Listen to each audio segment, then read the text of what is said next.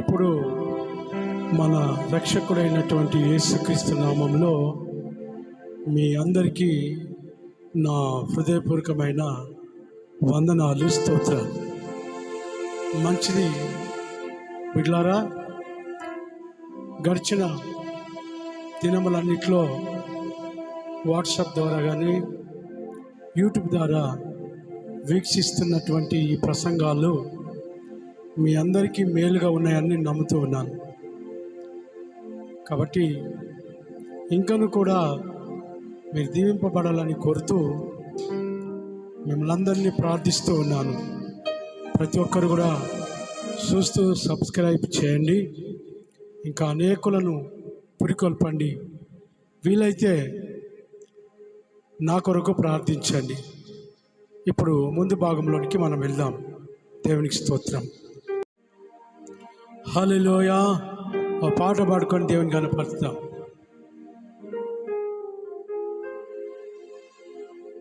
నీవే నీవే నా పరలోకపు తండ్రివి, నా పరలోకపు తండ్రివి. స్తోత్రం. God bless you.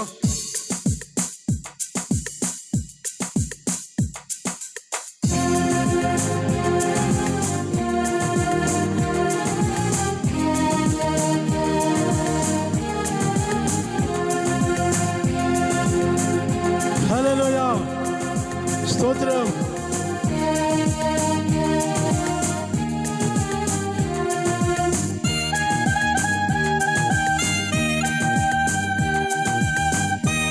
ఆరాధించువారు ఆత్మతోను సత్యముతోను ఆరాధించుదాం.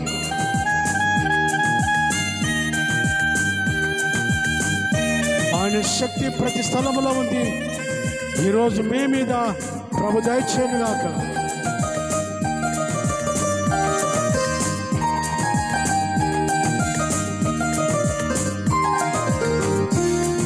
అనురాగం అభిషేకం నీవే,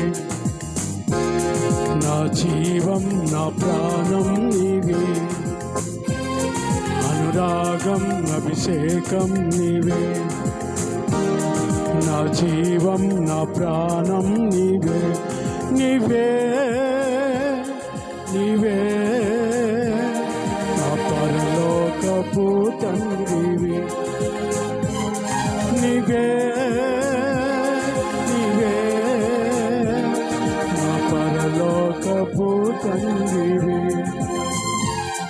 అనురాగం అభిషేకం నీవే,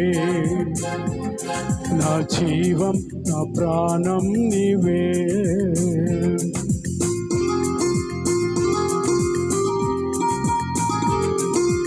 ప్రభువా నీకే మహిమ, నీకే స్తుతి స్తోత్రము. దూతలు ఆర్భాటించినట్లు దేవా, ఈ దీనుడు ఆత్మతోను నిన్ను స్తుతిస్తుండగా చూడండి దేవా. ప్రతి ఒక్కరి పైన నీ దయ ఉండుగాక.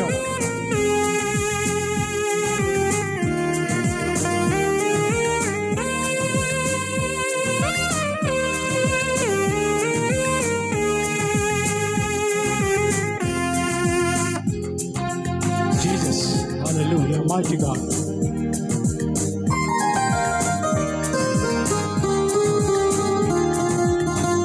నేను నిన్ను మరచితినయ్యా, విడువక నన్ను వెంటాడితివి.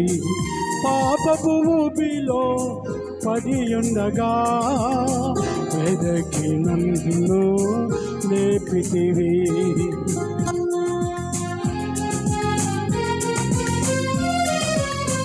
నేను నిన్ను మరచితినయ్యా, విడువక నన్ను వెంటాడితివి.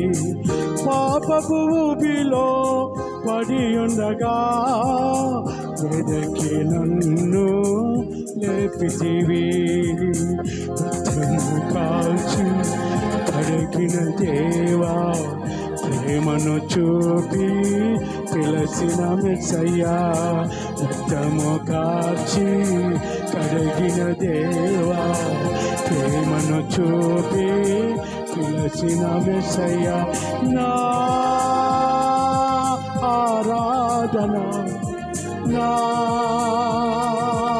ఆరాధన, మరి నా ఆరాధన, నా ఆరాధన, అనురాగం అభిషేకం నీవే, నా జీవం నా ప్రాణం నీవే.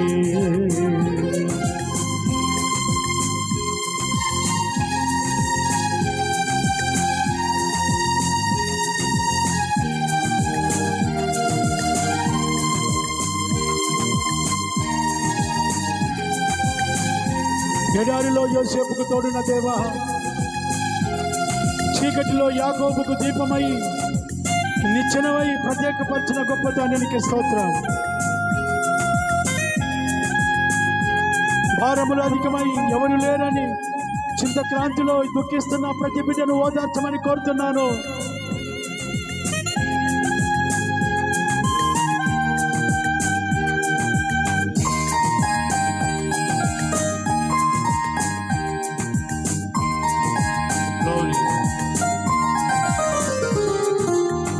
నా పాదములకు దీపము నీవే, ఆదతుకునకు మార్గము నీవే,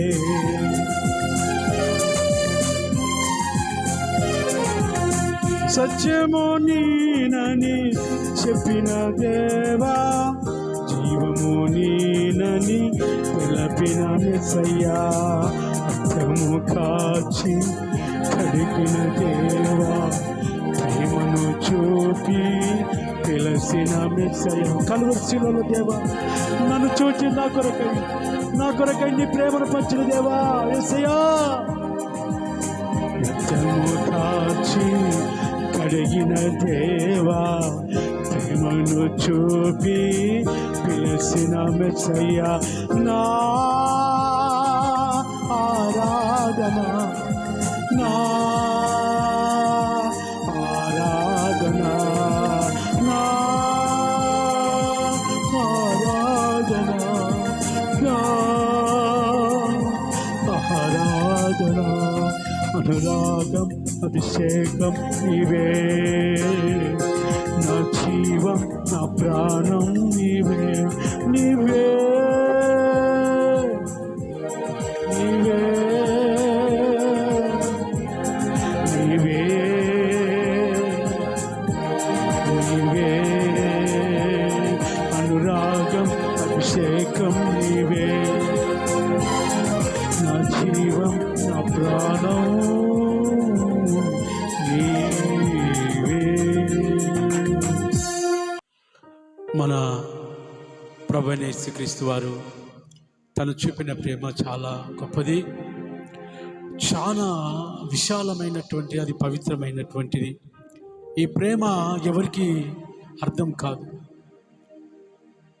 అది పొందుకొని దానిలో పయనిస్తున్నటువంటి వారికే ఆ తేజోవాసిని యొక్క ఆ దివ్య ప్రత్యక్షత అర్థమవుతుంది.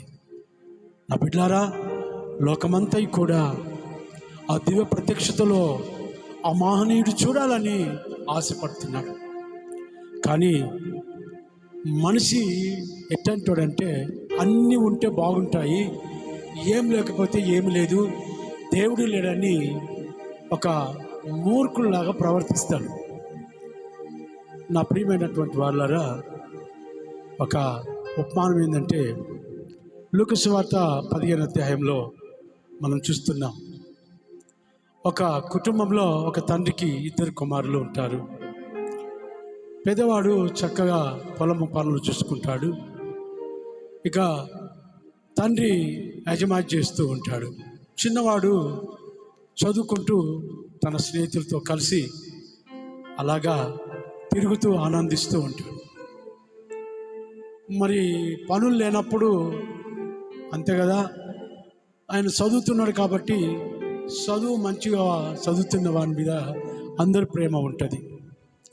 నా కొడుకు చదువుతున్నాడు BA, నా కొడుకు చదువుతున్నాడు MA, బీటెక్, LLB, మరి MBBS, ఆ తర్వాత ఇంకా LLB, ఇంకా వారి చదువులను బట్టి కుటుంబం వారు చదువుతున్న వ్యక్తిని గౌరవిస్తూ ఉంటారు. రేపటి భవిష్యత్తులో ఒక SI, DSP, మరి ఇంకా DIG అవుతాడేమో గొప్ప చదువుకొని ఆశలు తల్లిదండ్రులు కలిగి ఉంటారు. ఇలాగ కలిగి ఉన్నటువంటి తల్లిదండ్రుల యొక్క తలంతులు వమ్ము కాలేదు. కొందరి జీవితాలు అక్షరాలా నెరవేరాయి. అలాగే ఈ కుటుంబంలో కూడా తండ్రి చిన్నవాని పైన చాలా కలలు కనివాడు. కలలంటే ఐగుప్తు దేశంలో ప్రధానమంత్రిగా ఉన్నటువంటి యోసేపు విషయంలో కలలు, చిన్నప్పుడే పసిపానిగా ఉన్నప్పుడే, బాలుడిగా ఉన్నప్పుడే అతడు కలలు కనడము మరి ప్రియులారా అనుభవం. ఎలాంటి కళలంటే ఒక అధికారపూర్వకమైన కళలు. అన్నదమ్ములందరూ లోపడి ఈయన వారిని ఎల్లుతున్నట్లు ఒక కళ పడినప్పుడు ఆ కథ చెప్పినప్పుడు అన్నదమ్ములంతా ఈర్ష్యపడ్డారు ఈ యొక్క యోసేపు మీద. తండ్రి బలో, నీకు అంత మంచి గొప్ప కళ పడ్డదా కుమారుడా అంటూ చాలా భుజం తట్టాడు యాకోబు గారు. ఇలాగ కొన్ని దినములైన తర్వాత ఆ కళ నెరవేరింది. ప్రియులారా, ఈ కథ అంతా మీకు తెలుసు, వీక్షిస్తున్న మీ అందరికీ తెలుసు. ఫరో రాజ్యంలో యోసేపు ప్రధానమంత్రిగా ఏలుబడిలో ఇజ్రాయెల్ దేశంలో కరువు రాగా 10 మంది అన్నదమ్ములు ఫరో దేశములకు ఆహారము కొరకై వచ్చి సాగిలపడి నమస్కరించినట్టు మనం చూస్తూ ఉన్నాం. కళ నెరవేరింది కదా. అది తర్వాత ఇంకా ఏమైనా అవునుగాక, యోసేపుకు దేవుడు తోడైనందున ఆ కళలు నెరవేర్పు. కొన్ని కళలు పగటి కళలు పడతాయి. కుక్క బూడిదలు పండుకొని అంట రాజభవంతిలో ఒక మంచి పలంగి మీద పండుకొని భవనములో రాజులు భోజనం చేసే బంగారు పల్లెములో తిన్నట్లు కలగన్నదంటది. వెంటనే దాంట్లో మేల్కో రాగానే కుక్క బూడిదలు ఉన్నట్లే కనబడుతుంది. ఇలా దులుపుకుంటే అది కూడా మర్చిపోతుందంట. ఇలాంటి కళలు ఉన్నాయి. మన కళలకు ఎవరు తోడై ఉండాలి? యెహోవా తోడై ఉండాలి. హల్లెలూయా. యెహోవా తోడై ఉండని ఎడల మన ప్రయత్నాలన్నీ వ్యర్థమే. కళకు ఒక అర్థం ఉండాలంటే నీ సృష్టికర్త అయిన దేవుడు నీకు తోడుగా ఉండాలి. నా ప్రియమైనటువంటి వాళ్ళారా, తండ్రి చిన్న బాబు మీద కళ అంటున్నాడు. నా బాబు చిన్నోడు చక్కగా చదువుతున్నాడు, చక్కగా ఫ్రెండ్షిప్ చేసి చక్కగా ఆనందిస్తున్నాడు, బడికి వెళ్తున్నాడు, కాలేజీకి వెళ్తున్నాడు, ఇక పై చదువు చదువుతున్నాడు అనుకొని చాలా సంతోషించాడు. కానీ ఒక దినము తండ్రి దగ్గరికి చిన్నవాడు వచ్చాడు. వచ్చి ఏమన్నాడంటే డైరెక్ట్గా మొహమాటం లేకుండా, తండ్రి నా మనవి ఆలకించు. ఏంటి బాబు, ఇంకేమైనా పై చదువుల కొరకు ఏమైనా డబ్బులు అవసరమా చెప్పు నాన్న అని దగ్గరికి తీసుకుపోయాడు. అది ఏమి లేదు, ఈరోజు మేమిద్దరు అన్నదమ్ములు కదా, మా ఇద్దరికి ఎంతైతే భూమి ఉందో, నీకెంతైతే భూమి ఉందో మా ఇద్దరికి ఎంత వస్తుందో అంత సగము పంచివు అని అడిగాడంట. వెంటనే తండ్రి కళలన్నీ కూడా చెదిరిపోయాయి. తన కన్నీళ్ళన్నీ ఎడారిగా మార్చబడింది. తన ఆలోచనలన్నీ శూన్యంలోనికి వెళ్ళిపోయినాయి. ఏంటి, నా కుమారునికి మతి పోయిందా? కొన్నిసార్లు తల్లిదండ్రులు కుమారులు కుమార్తెల పట్ల వారి క్రియలు చూస్తుంటే మతిపోయే పరిస్థితి వస్తుంది. నా ప్రియులారా, దేవుడు మరి ఎఫెసీయులకు రాసిన పత్రిక 6వ అధ్యాయంలో ఒక మంచి మాట, నీ తల్లిని తండ్రిని సన్మానించుము, అప్పుడు నీవు ఈ భూమి మీద ఒక బుద్ధిమంతుడిగా, ఒక నీతిమంతుడిగా, దీర్ఘాయుష్మంతుడిగా, ఒక రాజు వలె బ్రతుకుతామని వాక్యం తేటగా చెప్తుంది. మరి తండ్రి కుమారునికి చెప్పాడో లేదో కానీ కుమారులు మాత్రమే మనం నా ఆస్తి ఎంత వస్తుందో అంత ఇచ్చేయమని చెప్పాడు. హల్లెలూయా, ప్రభునామానికి మహిమ కలుగును గాక. ప్రియులారా, బాలుడు నడవలసిన త్రోవలో వారిని ప్రభు మార్గంలో, ప్రభు అధ్యాయములో, ప్రభు యొక్క జ్ఞానములో మనం పెంచాలి. మన పిల్లలు బుద్ధిమంతులుగా, నీతిమంతులుగా, పరిశుద్ధులుగా, దేవునికి ఇష్టమైన వారిగా వాళ్ళు ఉంటారు. చక్కగున్నదిలే, ముక్కు గుండ్రంగా ఉన్నదిలే, అంత నా పోలిక ఉందిలే, హైట్, పర్సనాలిటీ, తెల్లదనము, ఇలా చక్కగా హీరో అని ఎప్పుడైతే మురిసిపోతావో అతడు నీకు కానరాకుండా వెళ్ళిపోతాడు. జాగ్రత్త. నీకు మగపిల్లగాళ్ళుంటే, నీకు ఆడబిడ్డలుంటే ఒక మనసు అటు తట్టు పెట్టు. వాళ్ళ నడతలు ఎలా ఉన్నాయి, వారి మాటలు ఎలా ఉన్నాయి, వారి గుసగుసలు ఎలా ఉన్నాయి, ఒకసారి జ్ఞాపకం చేసుకుందాం. ప్రేమైనటువంటి వాళ్ళలో చాలా దుఃఖపడ్డాడు. నా కుమారుడిని నేనేం తక్కువ చేశాను? ఏ బట్ట కావాలంటే ఆ బట్ట ఇచ్చాను, వానము కావాలంటే వానము కొనిచ్చాను, మంచి భోజనం కావాలంటే భోజనం ఇచ్చాను. ఆయన ఎటు వెళ్ళినా కూడా ఒట్టి చేతులతో పంపక జేబు నిండా డబ్బులు పెట్టి పంపాను. అదే మరి మనం చేసేది అదే తప్పు. వాళ్ళకు కావలసిన నీడ్స్ మనం ఉండి తీర్చాలి. వాళ్ళకి కావలసిన అక్కర్లు ఎంత అయితే అవసరమో అంతే ఇస్తే చాలా బాగుంటారు భవిష్యత్తులో. రేపటి నీ పేరు హిమాలయాలంతా ఎత్తుగా తీసుకొని వెళ్తారు. ఆకాశంలో సూర్య చంద్ర తారలంతా తీసుకొని వెళ్తారు. చూడండి, నీ పిల్లలు చెడిపోవాలని నేను చెప్పడం లేదు, నీ పిల్లలు మంచిగున్నారని చెప్పడం లేదు. నీ పిల్లలు నీకు సంతోషపరుస్తున్నారా? నా ప్రియమైనటువంటి దేవుని పిల్లారా, ప్రభు సెలవిచ్చిన ప్రకారంగా ఈ చిన్నవాడు అడుగుచున్న ఆ ప్రశ్నలో ఒకవైపు బాధ్యత, మరొక వైపు ముగింపు, మరొక వైపు మరి కృతజ్ఞత లేనటువంటి అవిధేయత కనబడుతుంది. నా ప్రియమైనటువంటి వారులారా, ఆలోచన చేసి జాగ్రత్త బాబు, మళ్ళొకసారి ఆలోచన చెయ్యి. నాకు కావాలంటే కావాలి,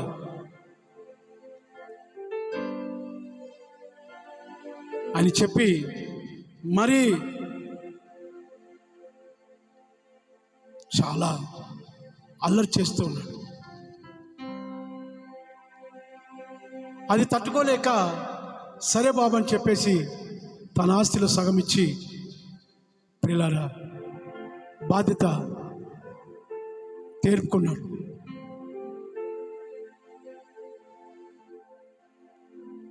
బిడ్డను చాలా చక్కటి పెంపులో పెంచుతూ ఉన్నాడు ఒక తండ్రి. వాళ్ళు బ్రాహ్మణ్స్, వారి యొక్క పద్ధతులు, కట్లు, ఆచారాలు ఉంటాయి. ఎంత అంటే అంతవరకు చదువుకోవడానికి సహకారం అందించారు. ఆ తర్వాత ఏమైందంటే ప్రియులారు, ఒకరోజు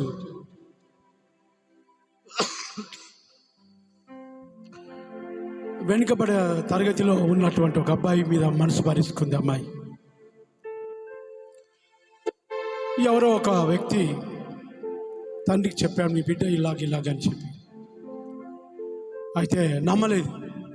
నా నడత, నా పోలికలో, నా బోధలో తండ్రి చెప్పినవన్నీ బయట పంపించేశాడు. మరొక రోజు ఒక వ్యక్తి వచ్చి తన క్షేమం కోరి, పెద్ద అయిన కదా చెప్పి నవ్వులపాలు కాకుండా ఉండాలని, అయ్యా మీ బిడ్డ ఇలా కానీ అప్పుడు దగ్గర తీసుకొని, ఏంటి బాబు అని, ఒక వెనుకబడినటువంటి అబ్బాయితో మీ అమ్మాయి తిరుగుతూ ఉందని. సరే ఏమనలేదు. సాయంత్రం అమ్మాయి వచ్చేసరికి అమ్మాయిని ప్రేమతో దగ్గర తీసుకొని చక్కగా భోజనం చేయించాడు. తర్వాత తన పడక గదిలోకి తీసుకెళ్ళి తలుపులు మూసి, బిడ్డ చెప్పులు బిడ్డ, మరి చాలా నీ గురించి నేను వింటూ ఉన్నాను, నిజమైన మోమాటం లెక్క కొద్దిసేపటికి, అవును డాడీ నాకు మనసు అయింది, నేను ఇష్టపడ్డాను, నేను పెళ్లి చేసుకుంటానని. తండ్రి చాలా బాధపడి ఏడ్చాడు.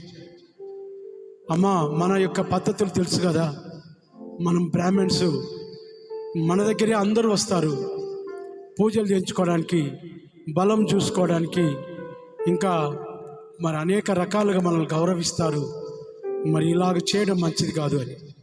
నాకు ఇష్టమైంది, చేస్తావా చేయవా, లేకుంటే నేను వెళ్ళిపోతా.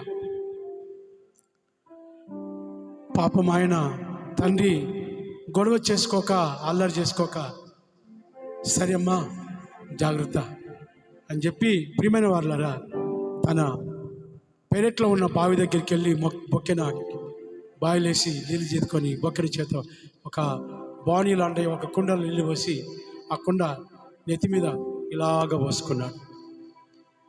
బాధ్యత తొలగించుకున్నాడు, నీళ్ళు పోసుకున్నాడు. దానికి అర్థమైందంటే నా బిడ్డ నా దృష్టిలో చనిపోయింది.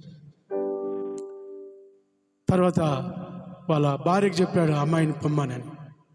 వెంటనే ఆ అమ్మాయి వెళ్ళిపోయింది. కానీ ఈరోజు ప్రియులారా, ఒక ఉన్నతమైన స్థితిలో, ఒక పేరులో, ఒక మంచి బాధ్యతలో, ఒక మంచి ఉన్నతమైనటువంటి పరిస్థితిలో, మరి డబ్బులో కానీ ఇంకా హోదాలో కానీ, వారికి ఉన్న పేరులో కానీ ఏం కూడా తక్కలేదు. ఆ కుటుంబానికి అంత పెద్ద, ఆ ఊరిలో పెద్ద పేరుంది ప్రియులారా. మరి అలాంటప్పుడు మరి ఆయన గొడవ చేసుకోక పంపించినప్పుడు ఆయన చేసిన ఒకటే పద్ధతి, తన తల మీద నుంచి నిండారు నీళ్ళు పోసుకున్నాడు. మరి పూర్వీకులు అంతే, మరి మాటకు చచ్చిపోయేవాళ్ళు, మరి బాధ్యతలు, పరువు ఇవన్నీ చూసుకునేవాళ్ళు. వారి తల్లిదండ్రుల యొక్క పరువు ప్రతిష్ట చూసుకోవాలి, కుల పెద్దల పరువు ప్రతిష్ట చూసుకునేవాళ్ళు. కాబట్టి మరి ఈరోజు అమ్మాయి చాలా మరి ఒక భయంకరమైనటువంటి ఆర్థికమైన శోభంలో, భర్త దగ్గర ఎటువంటి ఒక మంచి ఆరోగ్యం లేక, ఒక ఆశీర్వాదం లేక, ఒక మంచి ఆశీర్వాదాలు లేక, ఇంకా చూసినట్టు పరిస్థితులు బాగలేక చూసినట్టయితే, మరి లోకంలో ఆశ్రమపడినటువంటి వాళ్ళు బిజినెస్ కానీ ఉద్యోగాలు కానీ ఉంటే ఎంత క్షేమంగా ఉంటారు, అవి కూడా లేదు. మరి అంత హీనమైన పరిస్థితిలోనికి వచ్చింది. అది దూరం నుంచి వేరేలు చెప్తూ ఉంటే కూడా వినడు ఆయన. అంతే. ఈ తండ్రి కుమారునికి ఇచ్చిన ఆస్తి పంచిపెట్టిన తర్వాత మరి అలాగా చేశాడా లేదు, కానీ బైబిల్లో ఒకటి చెప్తుంది, బాధపడ్డాడంట. నా కుమారుడు ఎప్పుడైనా నా దగ్గరికి వస్తాడు అని నమ్మకంతో మరి ఆయన అలాగా ఉన్నాడంట. దేవుని మహిమ కలుగును గాక. ప్రియమైనటువంటి వారులారా, ప్రత్యేకమైనటువంటి ఆలోచన ప్రభు మనకు సెలవిస్తున్నాడు. తల్లిదండ్రుల మాట విని, తల్లిదండ్రుల యొక్క ప్రేమను మనము, తల్లిదండ్రులను ఎప్పుడైతే గౌరవిస్తామో దేవుని యొక్క ఆశీర్వాదం మన మీద ఉంటుందంట. పేరు ప్రతిష్టతలు ఉంటాయంట, గౌరవ పదాలు ఉంటాయంట, అధికారాలు పదవులు ఉంటాయంట. అందుకని మనది రాజుల కులం. దేవునికి స్తోత్రం, హల్లెలూయా. మనది రాజుల కులం. కాబట్టి దావీదు కుమారుడైనటువంటి సొలొమోను తండ్రి మాట విన్నాడు. తండ్రి యొక్క మరి హోదా కుమారుడైన సొలొమోనుకు దేవుడిచ్చాడు. ఆయన ప్రపంచానికి చక్రవర్తిగా మార్చబడ్డాడు. అలాగే ఈ కుమారుడు ఏం చేశాడు? ధనమునంతా తీసుకొని దూరదేశం వెళ్ళి తనకిష్టం వచ్చినటువంటి విధంగా స్నేహితులతో కలిసి ఖర్చు పెట్టేశారు. మొత్తానికి ఖర్చు పెట్టాడు. చివరికి తినడానికి కూడా చిల్లిగవ్వలేనటువంటి పరిస్థితి ఏర్పరచబడింది. అక్కడ కరువు ఏర్పరచబడింది. కూడు దొరకక పందుల పుట్టు దగ్గరికి వెళ్ళి తిందమని ఆలోచన చేసినప్పుడు తినబుద్ధి కాలేదు. ఆయన మొదటిగా ఆహారం కొరకు వెతికినప్పుడు పందులు కనబడ్డాయి. వెంటనే పందుల యజమాని దగ్గరికి వెళ్ళా, ఇక్కడ పని ఉందంటే, ఏం లేదు, ఆ పందులు కాసుకుంటే నీకు అన్నం దొరుకుతుంది, లేదా అవి తినే ఆహారం నువ్వు తినవచ్చు అని. ఏదో ఒకటి ఆకలి తీర్చుకోవాలని పని కుదురుకున్నాడు. పని చేశాడు, కానీ అవి తినే ఆహారం తినలేకపోయాడు.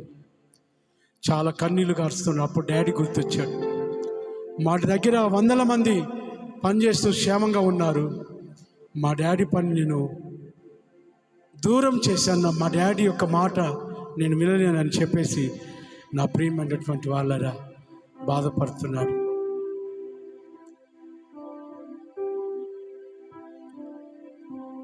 చేతులు కాలిన తర్వాత ఆకులు కట్టుకుంటే ప్రయోజనం లేదు, తట్టుదలిగిన తర్వాత బట్ట కట్టుకోవడం ప్రయోజనం లేదు, ఫెయిల్ అయిన తర్వాత ఆలోచన చేయడము ప్రయోజనం లేదు, అనారోగ్యంగా మార్చబడ్డ తర్వాత నేను ఆరోగ్యంగా ఎలా ఉండాలని ప్రయోజనం లేదు.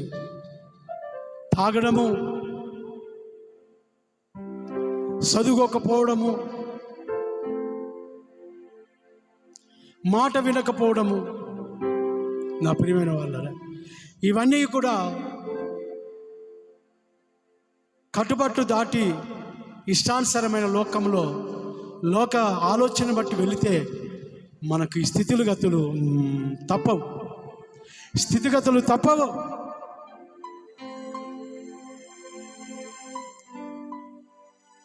చాలా బాధపడుతున్నాడు. మరలా అన్నను గుర్తు చేసుకుంటున్నాడు, తండ్రిని గుర్తు చేసుకుంటున్నాడు, తన స్నేహితులను గుర్తు చేసుకున్నాడు. ఒకడు తన దగ్గర లేరు, అందరూ దూరం అయిపోయారు. డబ్బులు లేవు, అంతే. బెల్లం ఉన్నంత వరకే చీమలు, చక్కెర ఉన్నంత వరకే చెదలు. నా ప్రియులారా, అందం ఉన్నంత వరకే పేరు. లోకంలో డబ్బు గుండెకు జబ్బు. ప్రియులారా, జాగ్రత్త. నీవే మార్గం గుండా ఆలోచన చేసి ఎన్నుకొని నువ్వు ప్రయాణం చేస్తున్నావో ఒకసారి జ్ఞాపకం చేసుకో. ఈరోజు నీ తల్లి మాట వింటున్నావా, తండ్రి మాట వింటున్నావా, దేవుని మాట వింటున్నావా, దైవజనుల యొక్క మాట వింటున్నావా, పెద్దల మాట వింటున్నావా? జాగ్రత్త. రేపు ఇవన్నీ కరువు నీ కొరకు ఎదురు చూస్తుంది, రోగం నీ కొరకు ఎదురు చూస్తుంది, పేదరికం నీ కొరకు ఎదురు చూస్తుంది, ఆకలి నీ కొరకు ఎదురు చూస్తుంది, కన్నీళ్ళు నీ కొరకు ఎదురు చూస్తున్నాయి. జాగ్రత్త. వాటిలో పడకముందే మేలుకొని నీవు నీ దేవుని మాట విన్నట్లయితే నీవు సురక్షితంగా ఉంటావు.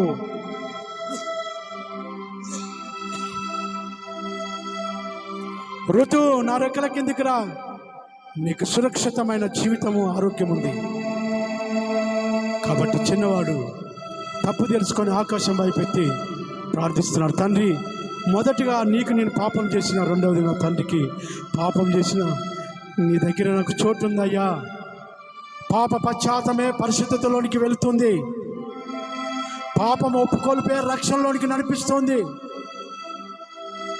మరలా నీ జీవిత ప్రణాళిక ఆశీర్వాదాలు దేవుడు ఆకాశం నుంచి మంచు కురిపించినట్లు నీ మీద కురిపిస్తాడు.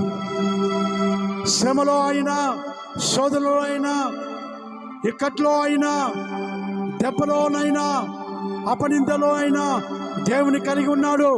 కనుక యోసేపు ఐగుప్తులో సింహాసనం మీద ఎక్కి కూర్చున్నాడు. ప్రధానమంత్రిగా నియమించబడి ఐగుప్తు దేశమంతటికి రాజుగా నియమించబడ్డాడు. ఒకప్పుడు యోసేపు బానిస, ఇప్పుడు రాజు. హల్లెలూయా.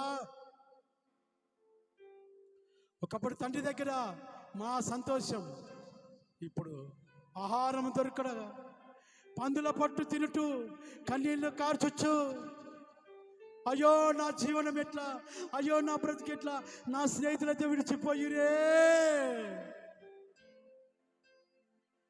ఎట్లా నా బ్రతుకు. బిడ్డ, నీ యవ్వన బలము తరిగిపోకముందే నీ స్మరణకు యెహోవాను గుర్తు తెచ్చుకో.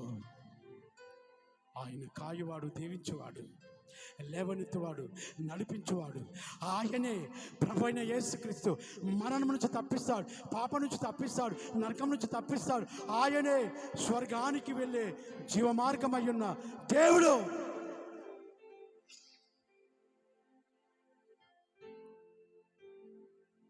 నా ప్రియమైన వాళ్ళరా, దేవుని యొక్క వాక్యములు మనం చూసుకుందాం. ప్రభు దగ్గరికి వచ్చేవారంట చూడండి. అప్పుడు నీతిగల పట్టణమనియు, దేవుని దగ్గరికి వచ్చేవారంట నీతి గల పట్టణమనియు, హల్లెలూయా, నమ్మకమైన నగరమనియు వారికి పేరు పెట్టెదను. యెషయా గ్రంథంలో నా పిల్లల మొదటి అధ్యాయం మనం చూస్తున్నాం. హల్లెలూయా, హల్లెలూయా.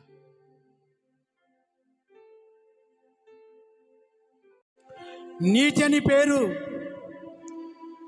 నమ్మకమైన నగరం అని పేరు.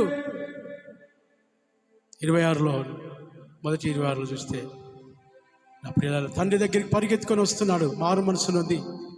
నా తండ్రి దగ్గర వేల మంది ఉన్నారు, వందల మంది ఉన్నారు, ఒకనిగా పనివాడికి చేరుతానని కృతజ్ఞుడు వచ్చాడు.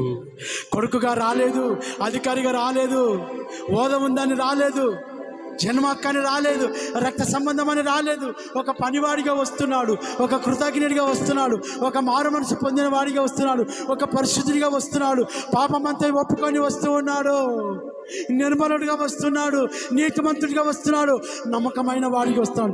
ఇకనైనా నా తండ్రి సేవ చేసుకుంటాను, నా తండ్రి అప్పగించిన పనిలో నేను నమ్మకంగా ఒక పనివాడిగా పనిముట్టుగా ఉంటాను అని వస్తున్నాడు ఆ చిన్నవాడు.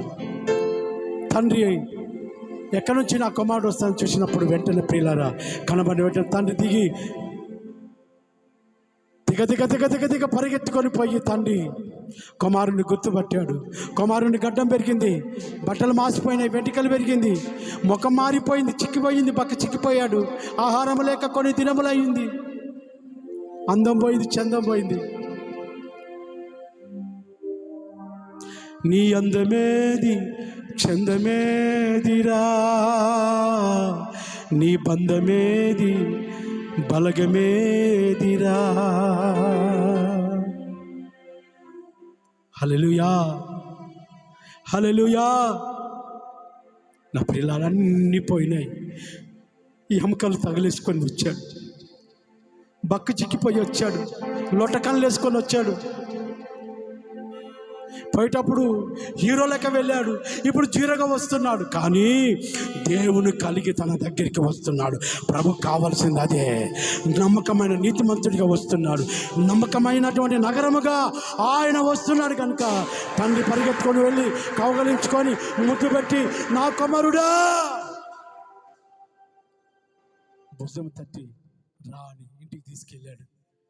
మంచి వస్త్రాలు తెచ్చాడు, మంచి నూతన వస్త్రాలు తెచ్చాడు, మంచి చెప్పులు తీసుకొచ్చాడు, మంచి వేలుంగరం తీసుకొచ్చాడు, మంచి చక్కగా స్నానం చేయించి తప్పిన నా కుమారుడు, తప్పిన నా బిడ్డ, తప్పిన నా కుమారుడు నా ఇంటికి వచ్చాడు. రండి నా జనులారా, నా స్నేహితులారా, నా ఊరులారా, రండి నాతో ఆనందించుడి, నా బిడ్డ వచ్చాడని. ఈరోజు నా ప్రభు అలాగనే చేయి చాచాడు.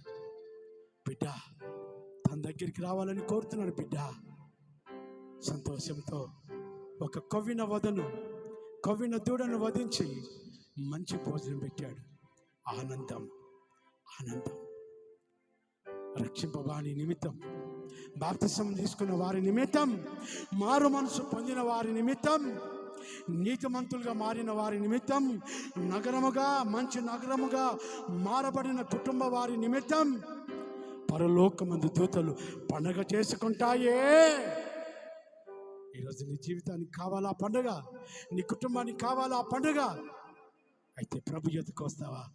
ప్రభు నిన్ను దీవించును గాక. ప్రార్థించుకుందాం.